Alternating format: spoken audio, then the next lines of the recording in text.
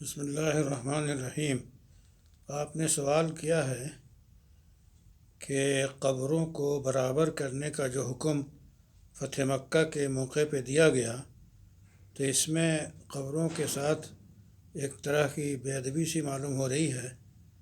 اس کا جواب یہ ہے کہ رسول اللہ صلی اللہ علیہ وسلم نے سیدنا علی کو پابند کیا کہ جائیں وہ ہر اونچی اور پختہ قبر کو منہدم کر دیں اور اونچی قبر کو برابر کر دیں۔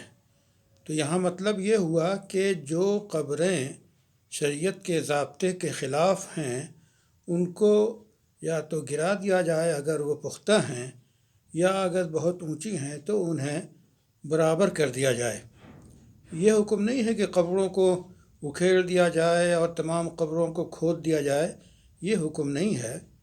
اس لیے قبر کے آداب ہیں، قبرستان میں جانے کے آداب ہیں۔ یہی وجہ ہے کہ قبر پہ بیٹھنے کے لیے منع کیا گیا ہے۔ تو یہ سارے احترام اور آداب ہیں، اس کی رعایت رکھی گئی ہے۔ اللہ تعالیٰ سے تو خیر کی توفیق کہ وہ قبر کے عذاب سے حفاظت فرمائے۔